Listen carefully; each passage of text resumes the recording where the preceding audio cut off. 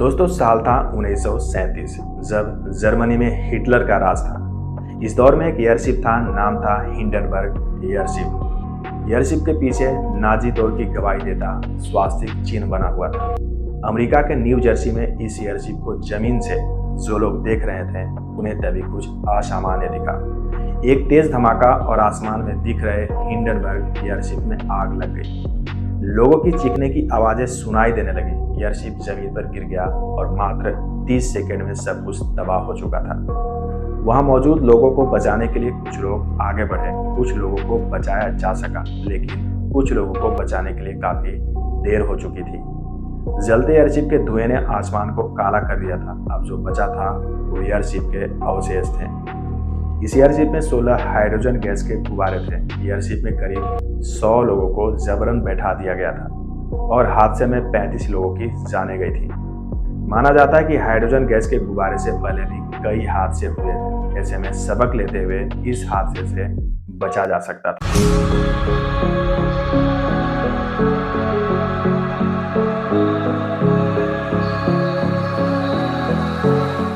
कुछ दिनों से लगातार गौतम अडानी के खिलाफ आई हिंडनबर्ग रिसर्च रिपोर्ट की बातें हो रही है। तमाम सवालों के बीच एक सवाल ये भी उठा कि आखिर इस रिसर्च फर्म ने अपना नाम हिंडनबर्ग क्यों रख दिया। दरअसल हिंडनबर्ग नाम की एक एयरशिप हुआ करती थी जो कि भयानक हादसे का शिकार हुई थी। उस हादसे में करीब 35 लोग मारे गए थे। इस एयरशिप को आसमान का टाइटैनिक भी कहा जाता था। हिंडनबर्ग रिसर्च फर्म के फाउंडर नैट एंडरसन का मानना है कि यह इंसानों की गलती का नतीजा है जिसे रोका जा सकता था, लेकिन उस पर ध्यान नहीं दिया गया। वह दुनिया भर के इंसानों की तरफ से पैदा किए गए घोटाले को उजागर करते हैं, इसलिए उन्होंने अपनी कंपनी को भी हिंडनबर्ग नाम दिया। दोस्तों अब सवाल ये उठता है कि आखिर उस हिंडनबर्ग हादसे की क्या कहानी है। कहानी शुरू करने से पहले अगर आप हमारे चैनल पर नए हैं तो चैनल को कीजिए सब्सक्राइब और साथ में दबा दीजिए बेल आइकन ताकि कोई भी अपडेट सबसे पहले पहुंचे आपके पास। ये बात है 6 मई 1937 की, जब हिंडनबर्ग नाम का एयरशिप हादसे का शिकार हुआ था। इस एयरशिप ने 3 मई 1937 को जर्मनी के फ्रैंकफर्ट से अमेरिका के न्यू जर्सी के लिए उड़ान भरी थी। जब यह न्यू जर्सी पहुंचने वाली थी तो मौसम कुछ खराब हो गया, जिसकी वजह से पहली बार में यह एयरशिप लैंड नहीं कर पाया। कंट्रोल रूम से उसे थोड़ी देर के लिए तूफान से दूर जाकर आसमान में ही उड़ने का कहा गया था, क्योंकि एयरशिप की लैंडिंग बहुत मुश्किल से होती थी। जब मौसम ठीक हुआ तो लैंडिंग की इजाजत मिली और हिंडनबर्ग एयरशिप न्यू जर्सी की लैंडिंग साइट की ओर बढ़ चला। अभी कुछ ही वक्त बीता था कि हवा का रुख हिंडनबर्ग एयरशिप के खिलाफ होने लगा था। ऐसे में दो रास्ते थे। पहला ये कि हवा के रुख के साथ धीरे धीरे लैंडिंग साइट की ओर बढ़ने की कोशिश की जाए, लेकिन इससे लैंडिंग में और ज़्यादा देर हो जाती। वहीं कैप्टन ने दूसरा तरीका चुना और वह तगड़ा मोड़ लेते हुए हवा के रुख के खिलाफ लैंडिंग साइट पर पहुंचने का फैसला किया। कुछ थ्योरी ऐसी है कि इस तगड़े मोड़ की वजह से हिंडनबर्ग में लगे स्टील के तारों में से पिछले हिस्से के कुछ तार टूट गए।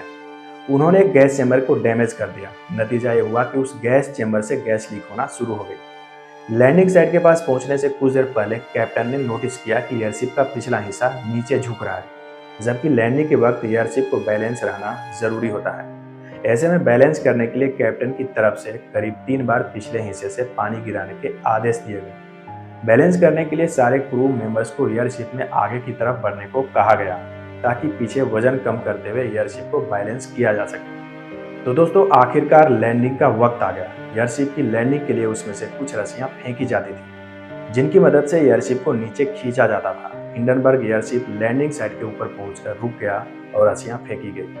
अभी क्रू मेंबर्स रस्सियों की मदद से एयरशिप को खींच ही रहे थे कि अचानक एयरशिप के पिछले हिस्से में आग लग गई।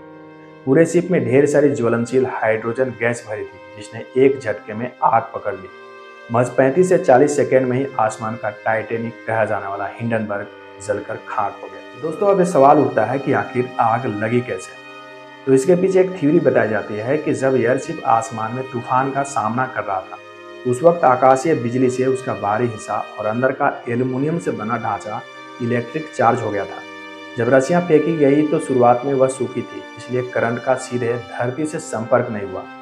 चूंकि मौसम खराब था और बारिश हुई थी, जिसके चलते थोड़ी देर में रस्सियां गीली हो गई और एयरशिप के एल्युमिनियम के ढांचे का सारा करंट धीरे धीरे करके धरती के अंदर चला गया। जब अंदर के ढांचे का करंट 0 था, लेकिन बाहरी हिस्सा अभी भी करंट से चार्ज था। नतीजा यह हुआ कि लीक होती हाइड्रोजन गैस ने एक चिंगारी पैदा कर दी और देखते ही देखते इस चिंगारी ने एक विकराल आग का रूप ले लिया। तो इस एयरशिप के अंदर करीब 36 यात्री और 61 क्रू के सदस्य मौजूद हैं। घटना में करीब 13 यात्री और 22 क्रू के सदस्यों यानी कि 35 लोगों की मौत हो गई। इस तरह महज 35 सेकेंड में एयरशिप पूरा जलकर खाक हो गया और 35 लोग मारे गए।